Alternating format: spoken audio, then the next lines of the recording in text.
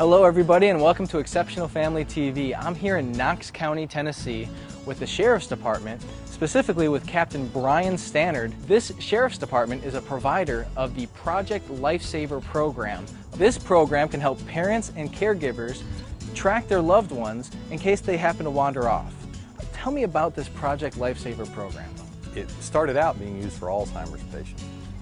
And since then it's grown to where the developers realize it can also help people with special needs children, like children with Down syndrome or autism. It's a program where the client wears a transmitter bracelet, and that bracelet emits a radio signal every second. It's not something that we hear, but it's something that we can track with a radio receiver. So it's always giving off a signal 24/7. How often do batteries have to be changed out?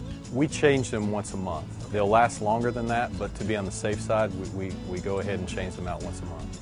Why is it so important to use this device on people with Alzheimer's, Down syndrome, autism, and other special needs?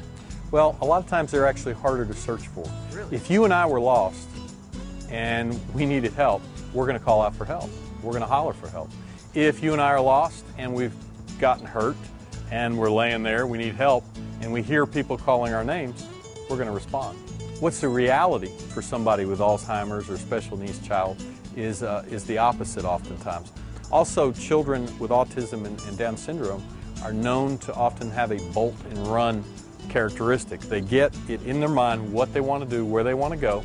A lot of times they know the parent doesn't want them to do that, or they've already said no to them, and it's kind of like, nobody's watching now, I'm going. So when they leave, they're not actually so much lost as they're trying to go somewhere they want to go, and when searchers look for them, sometimes they will actively hide from them. So that makes it very tough. And tell me about the equipment. You have it here with us today. How does all of this work? Well, there are some different variations, but this is one of the main bracelets we use. Okay. This gray object right here is the actual transmitter, and it's powered by a lithium battery that we have plugged into it. And then what we'll do is, and this is emitting a signal right now, by the way, we take this, we go ahead and we put it in a case to protect it, and so that somebody can wear it. We run a band through it that's like a heavy-duty hospital band. We put a little grease on an O-ring here to make it watertight, so that when they put it on, they wear it 24 hours a day, 7 days a week. They bathe in it, shower in it, swim in it. So we thread it through, we adjust it and put it on with one-way snap. So once it goes on, it stays on until we cut it off each month to take it apart and put a new battery in it.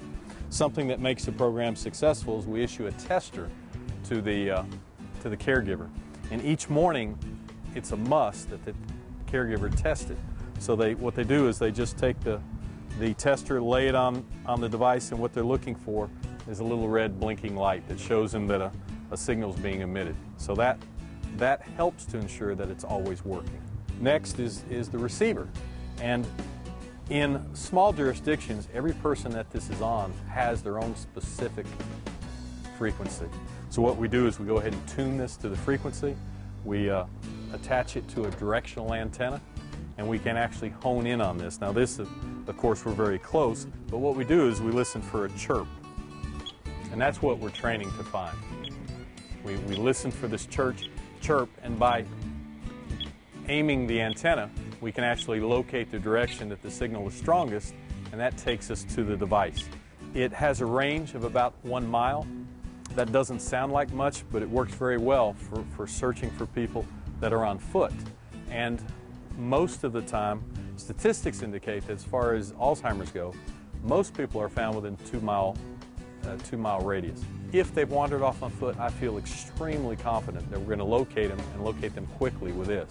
And what is that average time frame from the moment a parent realizes their child is missing and they call your office to when you actually can find them?